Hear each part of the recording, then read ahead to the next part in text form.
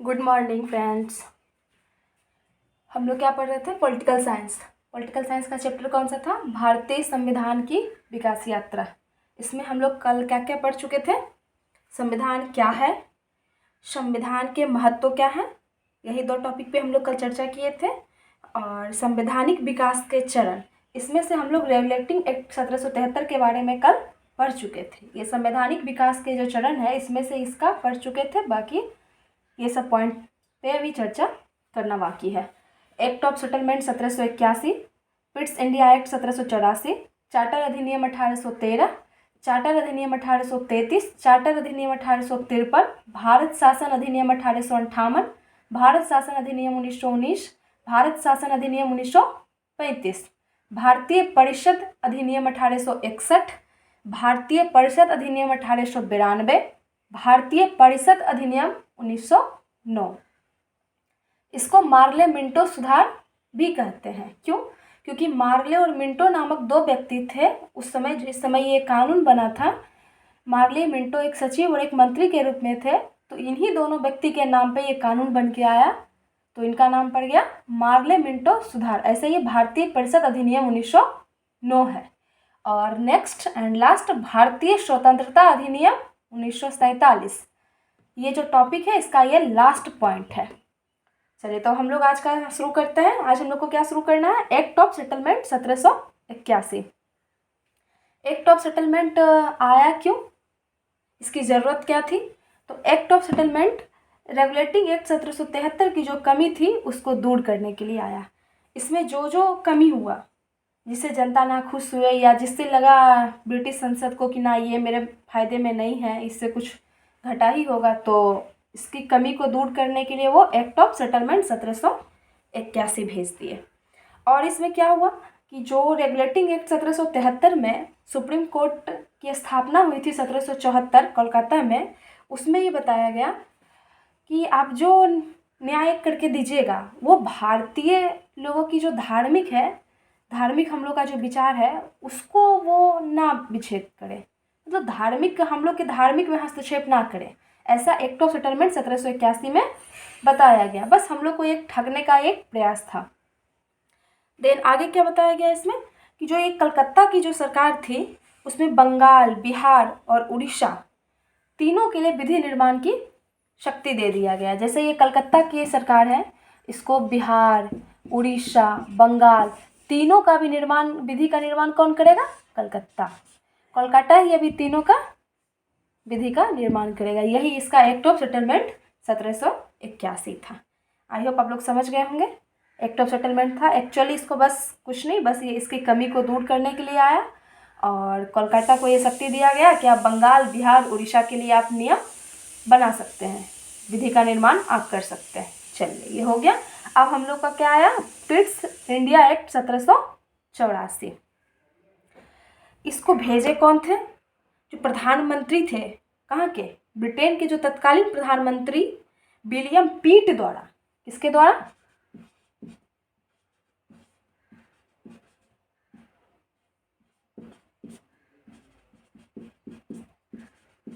William पीट द्वारा भेजा गया। ये जो पिट्स इंडिया एक्ट 1784 था, ये किसके द्वारा भेजा गया? तो विलियम पीट द्वारा भेजा गया था, जो उस समय के तत्कालीन प्रधानमंत्री थे। अच्छा, ये है क्या भाई? पिट्स इंडिया एक्ट 1784 जो है, इसी में सबसे पहले द्वैत शासन व्यवस्था की शुरुआत हुई। अच्छा, अब द्वैत शासन होता क्या है और कैसे शुरुआत हुई?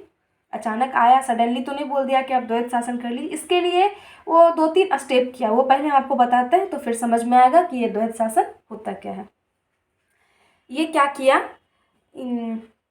पिट्स इंडिया एक्ट 1784 में, इस अधिनियम में मुख्य विशेषता थी कि निर्देशक मंडल, court of director and court of control, court of director and board of control को अलग अलग कर दिया। जैसे अभी हम पहले एक ही चीज़ है जो करेंगे, अभी जो ही है वो मोदी जी हैं। अभी हम कर रहे हैं कि बोर्ड ऑफ डायरेक्टर अलग हो गया और एक क्या बोलते हैं, ये कोर्ट ऑफ डायरेक्टर अलग हो गया, ठीक है। अब पहले ये सारा नियम खुद ही बनाते थे, अब आधा ये बनाएंगे और आधा ये बनाएंगे, तो इनकी शक्ति कम हुई ना, तो द्वैत में बट गया ना। आधा ये करेंगे आधा ये करेंगे, तो द्वैत शासन हो गया। तो हुआ क्या भाई, इस अधिनियम की मुख्य विशेषता यही थी कि निर्देशक मंडल को ही क्या कहते हैं, कोर्ट ऑफ डायरेक्टर्स, वो क्या करेगा, सिर्फ और सिर्फ कंपनी के व्यापारिक मामलों का अधीक्षण करेगा, आई मीन मॉनिटरी करेगा। मतलब जो कंपनी का जो व्यापारिक मामला है, मतलब ये मेरा एक कंपनी है, इसका जो सिर्फ व्यापारिक मामला है इसी का अधीक्षण मॉनिटरी कौन करेगा, कोर्ट ऑफ डायरेक्टर्स।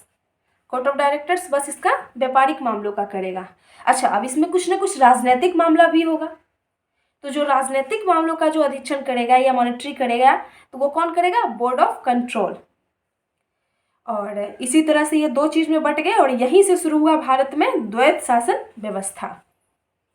तो इसका मेन काम यही था, क्या बोलते हैं इसका, ये पिट्स इंडिया एक्ट 1784 का भारत में द्वैत शासन व्यवस्था की ये शुरुआत कर दिया। चलिए अब हम लोग आते हैं चार्टर अधिनियम 1813 में, यानी 1813 में, चार्टर अधिनियम 1813। ये बहुत इंपॉर्टेंट था, क्यों, क्योंकि हम लोग जो एग्जाम अभी देते हैं उसमें बहुत सारा क्वेश्चन इससे आता है 1813 वाले से।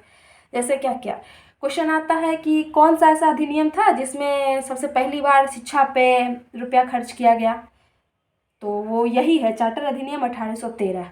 इसी एक्ट में तो जो था वो शिक्षा के लिए प्रति वर्ष 1 लाख खर्च करने का प्रावधान किया गया। किसमें, चार्टर अधिनियम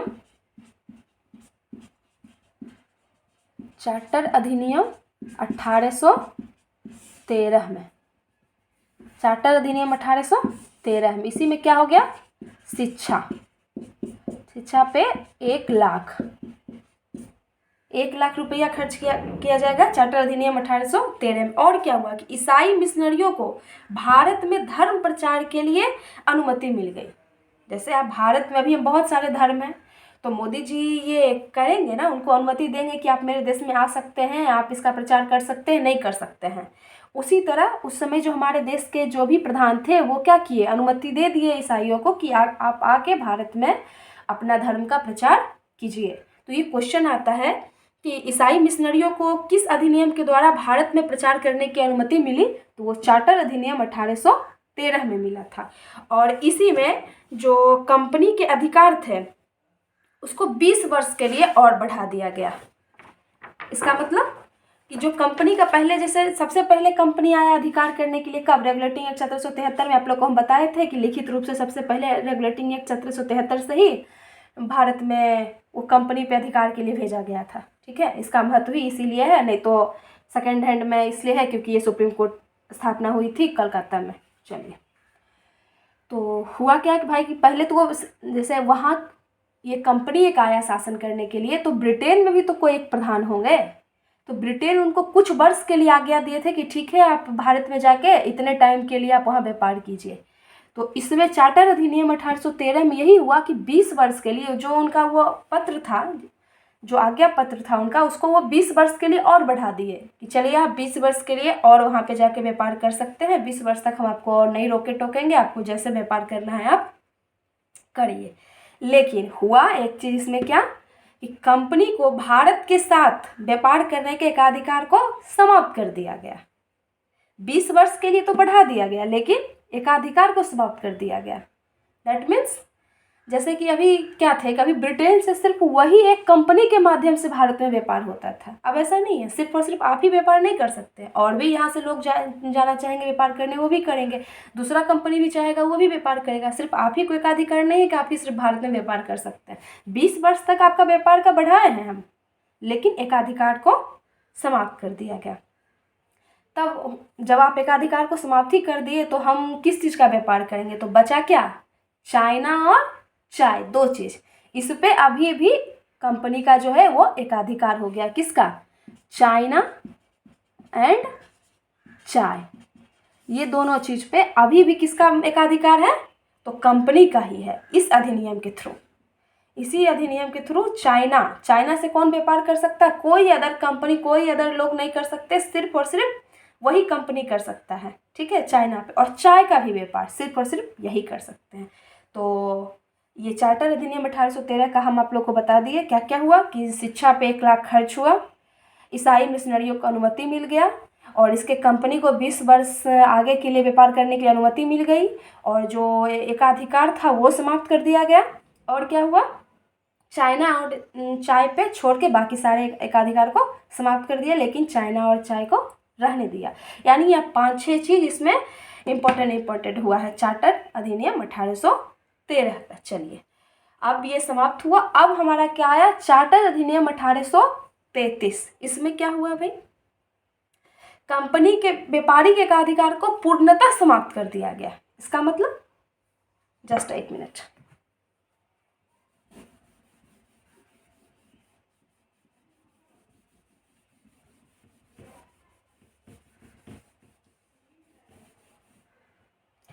अब क्या आया हम लोग का,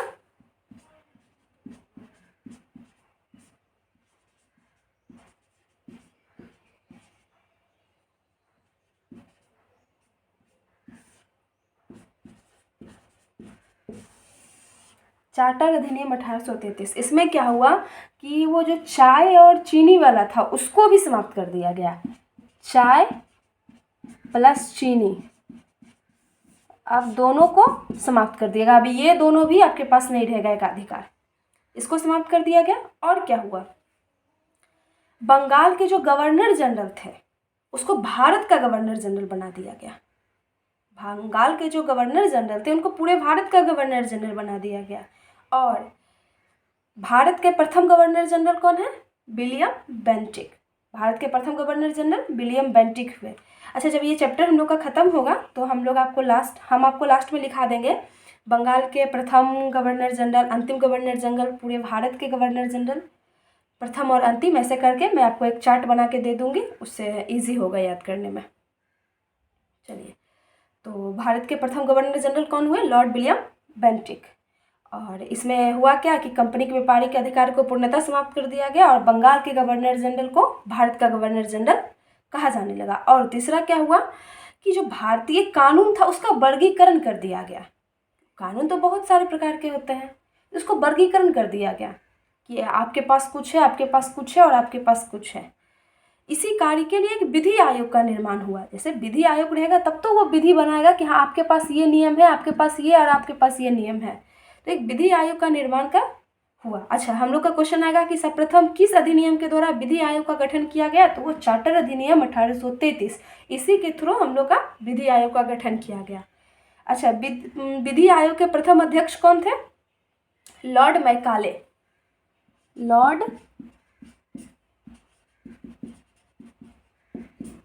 लॉर्ड मैकाले जो थे वो क्या थे, प्रथम विधि आयोग थे।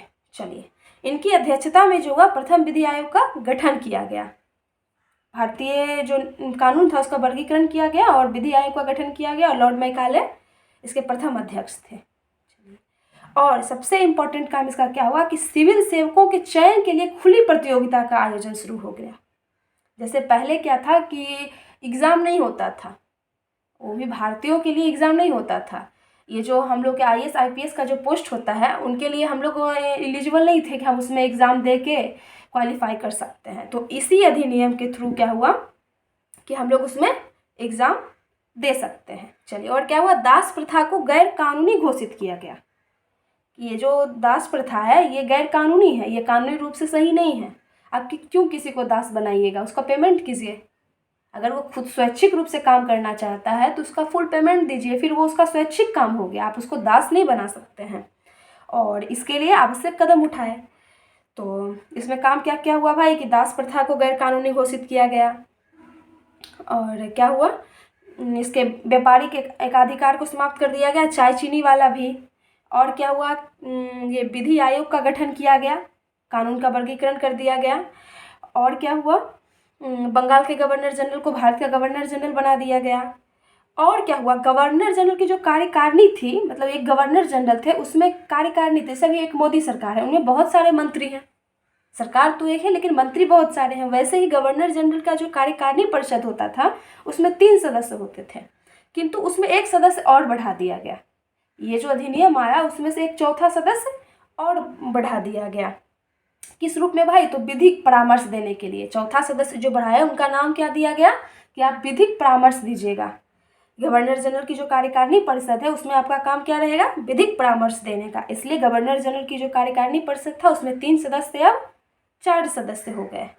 तो यही सब काम हुआ किसमें, चार्टर अधिनियम 1833 में। उसका सबसे इम्पोर्टेंट काम क्या हुआ, ये समाप्त कर दिया गया व्यापारी एकाधिकार को और खुली प्रतियोगिता, सिविल सेवकों के लिए खुली प्रतियोगिता का आयोजन शुरू कर दिया गया चार्टर अधिनियम 1833 में।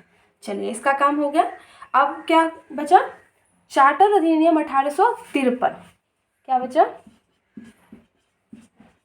चार्टर अधिनियम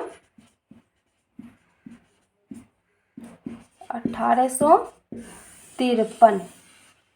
इसमें क्या क्या हुआ, तो कंपनी के जो महत्वपूर्ण पद थे उसके लिए प्रतियोगी परीक्षाओं के माध्यम से भरने की व्यवस्था की गई। कि भाई पहले क्या था कि जो भी कंपनी थे उस पर सिर्फ और सिर्फ भारतीय लोग जो कार्यरत थे वो लेबर के रूप में थे।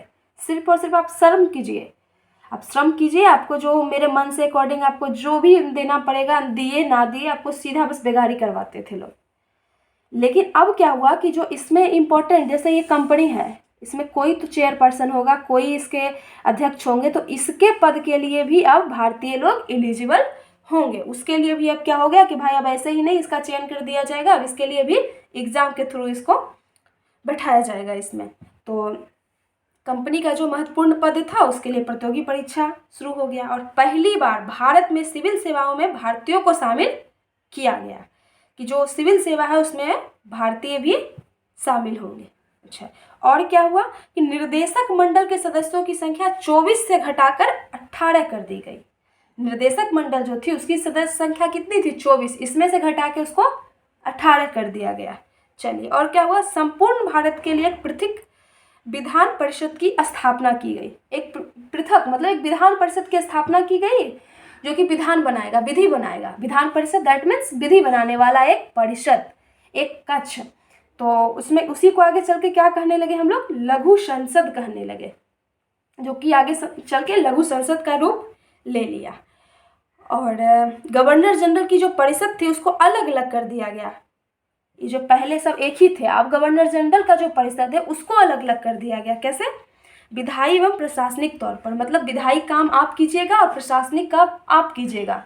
आप सिर्फ गवर्नर जनरल ही टोटल काम नहीं करेंगे, विधायी अलग हो गया उनका और प्रशासनिक अलग हो गया। तो चार्टर अधिनियम 1853 का भी काम हम आपको बता दिए। आई होप आप लोग को समझ में आया होगा। आज हम लोग किस किस चीज़ पर चर्चा किए, act of settlement 1781, Pitt's India act 1784, charter अधिनियम 1813, चार्टर अधिनियम 1833, चार्टर अधिनियम 1853। इतना पे हम लोग चर्चा किए हैं। कल यहाँ से यहाँ ट्राई करेंगे ये पूरा कल ख़त्म हो जाए और फिर हम लोग नेक्स्ट टॉपिक की तरफ आगे बढ़ें। और इस सब में आप लोग को कहीं भी प्रॉब्लम हो तो कमेंट कीजिएगा, और कहीं भी कुछ भी नहीं समझ में आए या उसको रिपीट करने की ज़रूरत है तो बताइएगा। चलिए, धन्यवाद।